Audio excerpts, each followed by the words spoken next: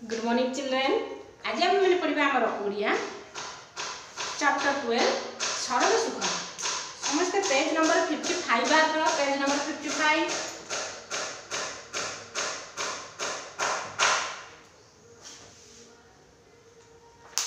ये चिल्ड्रेन कल्याणपुर बोली गोटे गाँ गाँव नाम कौन कल्याणपुर। से ही गाँव में दुई जन सांग विद्यालय पाठ पढ़ुते। से गाँव कौन दुई जन सांग विद्यालय सांग हो पाठ पढ़ुते। से माने जहाँ करुले एक मन हो दुई जन सांग जहाँ करुले एक मन हो काम करुले।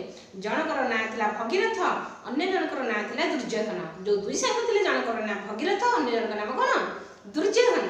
दुर्योधन बापा बड़े चाकरी करुले। जो सांग दुर्योधन बापा थे जड़े बड़ चाकरिया।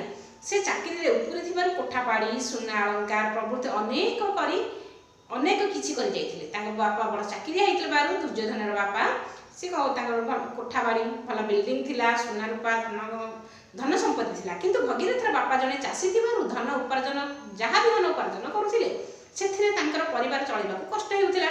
भगीरथ बापा कौन थे जड़े चाषी थे जड़े फार्मर थे। से जहाँ भी जी धन पाते से निज परिवार चलवा निजक कष्ट होता। एणे पुअर पाठ पढ़ार खर्च बोझ उपर ललिता बीड़ा परी मन होता।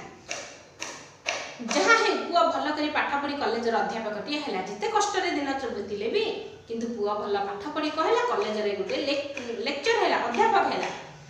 सीमित संबल थे घर को किसी टंका मासक देता।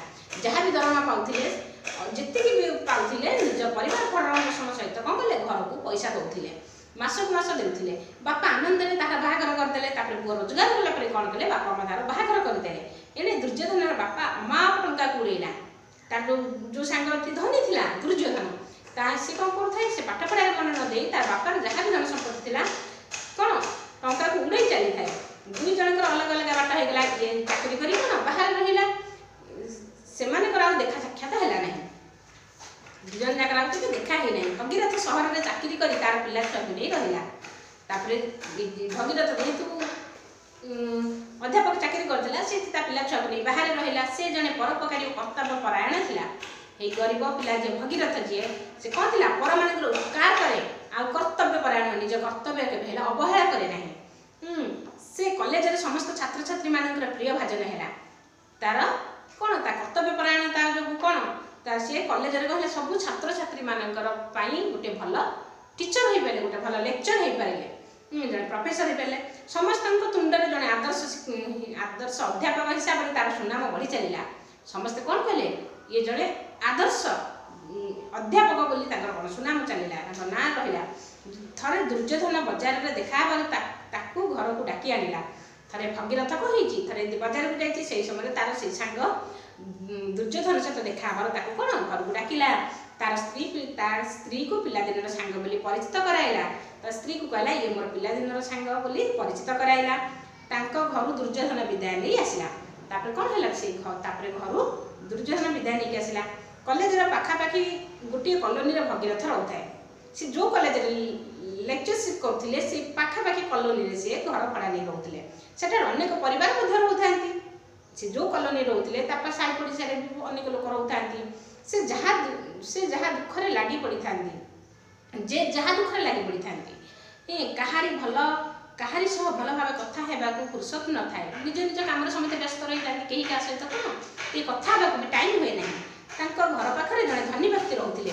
से जो रोते भगीरथ जो निज घर भड़ा नहीं रोला पाखे जड़े धनी व्यक्ति रोते। कालक्रमे भगीरथ स्त्री से धनी परिवार सहित निकटतर है। जो धनी परिवार रोते भगीरथ स्त्री जी कहला ये धनी परिवार संपर्क में आसी धन और आसबाबपत्र देखी इत्यादि प्रति आकृष्ट हुए निज से परी आने को स्वामी को बाध्य करे। ये भगीरथ स्त्री कौन हुए डेली से धनी व्यक्ति जन घर को जाए सब आसबाबपत्र देखे भल भल जिनस टीवी फ्रिज जहाँ भी अच्छे आ कौन करे आसिक घर को कहे धन सब सुंदर सुंदर आसबाबपत्र अच्छे आम आण बोली क्या स्वामी भगीरथ को जिद करे बाध्य करे। आउ दिन घटना बड़ बाबू स्त्री जो धनी घर बड़ बाबू स्त्री गोटे सुनाहार हले कानफुल और नाक गुणा सब पिंधि से दांड को आसिले। भगीरथ स्त्री से अलंकार नजर पड़ा। बड़ बाबू बाबू स्त्री पचारे अच्छा देखला ये सब मत मानुची तो थे कौन होमती बड़ बाबू स्त्री जी से कौन कले पूरा हार माल गहना नाकरे सुना गुणा सब पिंधिक थे बाहर को बाहर था बाहर को जावाई यही समय थे क्या भगीरथ स्त्री की पचारे देखला ये सब गहना मत मानुची तो ये भगीरथ स्त्री कहले बढ़िया मानुची सी क्या से बड़ घर स्त्री लोक कौच तुमको सुंदर लगुच बढ़िया मानुची सहज तो नारी अलंकार प्रति ममता रहा स्वाभाविक मैंने भगीरथ स्त्री कौन से जड़े नारी ना तो अलंकार प्रति ओभियसली ही ममता आसो मनरे दुख है मनर दुख है सी एत सुंदर पिंधि पार्टी किंतु मोर ना मु पिंधि पारना मनरे कौन दुख आसला बड़ बाबू स्त्री एत अलंकार मालिकाणी हो पार्टी मो बाप घर जो अलंकार आनी ही पिंधुची मुझे मो बाहर बेले बाप घर जी आनी मुझे ही पिंधुची कि सी एत अलंकार मालिकाणी हो पार्टी मुझे पारना हेले खंडे गहना करें ना आज पर्यंत बाहर एत वर्ष है भी खंडे गहना करें ना एमती लोकर हाथ धरी मो कथा को एक कान पूरा से कान बाहर कर दौरान माने से निज स्वामी की कहते भगीरथ मैंने मुझे जड़े लोकर हाथ धरी मो जी सुना गहना करें मो जहाँ कहले भी मो सुना गहना आण कि आसबाबपत्र आण जहाँ कहले भी एपट कान धरिक सेपट कान छाड़ी दौरान सी क्या कहे निज स्वामी को कहे मने मने भावी निज स्वामी को कहे भगीरथ कहले शुण जहाँ जी रोजगार सी से चलो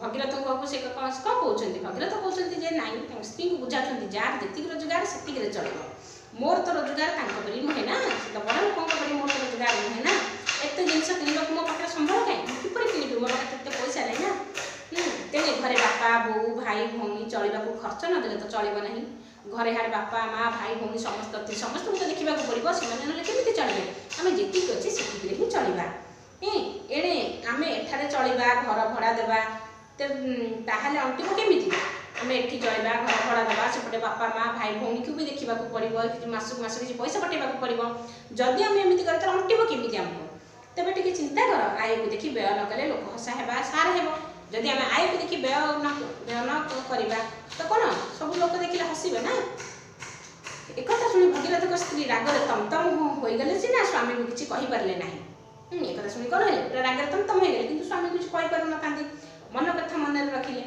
मन कथा मन रही चुप रहिले एतिकी बेले बड़ बाबू स्त्री किसी परामर्श दे स्वामी को कथार परिचालित होगा बाध्य कर उपाय बतईदे एतिक बेले कौन है बड़ बाबू स्त्री किसी कुपरामर्श दे स्वामी को कथार परिचालित होगा बाध्य करने उपाय बतईदे भगीरथ स्त्री मन को एक कथा पाइला से जहाँ शुणी स्वामी को आसला बेलू से कलेज फेरी देखिले जहाँ से दुखरे भांगी पड़े से बड़ बाबू स्त्री जहाँ भी बतले से कर भगीरथ आसी कलेज आसिले देखला बेलू कौन स्त्री से सब ये सब देखिकी कहले दुखरे भांगी पड़े थे सोमवार होता है भगीरथ स्त्री भगीरथ को कहले देखिल गोटे गाड़ी में Godrej fridge washing machine gas चूल्हा अनेक आसबाबपत्र जड़े बाबू आनी बाबू घरे देगले थे सोमवार होता है भगीरथ स्त्री कहते देख गोटे बड़ गाड़ी में आज कौन गाड़ी में फ्रिज वाशिंग मेसीन गैस चूल्हा अनेक गुड़े आसबाबपत्र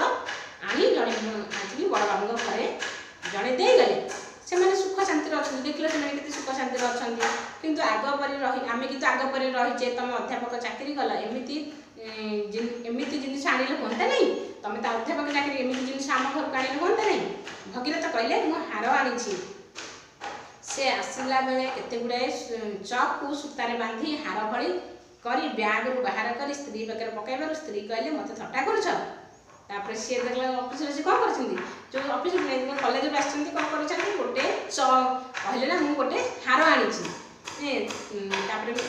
कौ हार आनी चक कौन कर सूतार गुड़े गुड़े चक को बांधी गोटे हार कर चक को सूतार तो एमती देखिए तुम स्त्री देखिले कहले मत थट्टा कर हार आनी मत थट्टा कर समय तो सब सामान जाए ना विपद भाई बंधु कुटुंब नहीं आसे जितेबाला विपद जितेबाला आसे बंधु कुटुंब सह नहीं आसे बोली कथार अच्छी एने बड़ बाबू परिवार सुख शांति थिले सीना हठात परिवार मुंडे वज्र पड़ा तर सब सुख शांति बसले थे कहला परिवार उपरे वज्र पड़ा दिन प्राय 2टा हम दिन केतटा दिन 2टा हम पुलिस गाड़ी आसी दुआर मुहर लगिला। पुलिस गाड़ी कौन केत पुलिस आसी दुआर मुहर लगिला। घर भीतर को पुलिस माने भुसभास पशिगले। समस्त जिनपतर सुना अलंकार गाड़ी में बोझे गले। कौन कले सब जिनपतर सुना अलंकार कौन कले गाड़ी में बोझे गले। गाड़ी में बड़ बाबू बसी था सांगे सांगे बड़ बाबू को गिरफ्त करी जिनिस सब पुलिस नहीं थाना को चलीगले। बड़ बाबू को गिरफ्त कले। सब जिनपतर सुना अलंकार जहाँ थे सब पुलिस थाना को नहीं गले। एणे घरे कांद बोबाड़ी पड़ी थाए। घरे जो मैंने स्त्री आ घर समस्त परिवार लोक कौन कांद बोबाड़ी पड़ी थाए। से अन्याय धन संचि थे। सी न्याय सहित धन संचि नी से कौन करते अन्याय धन संचि थे। कलेज भगीरथ फेरवा बेल होता है। तापर कौन फेरी कलेज फेरवा टाइम हो गलानी।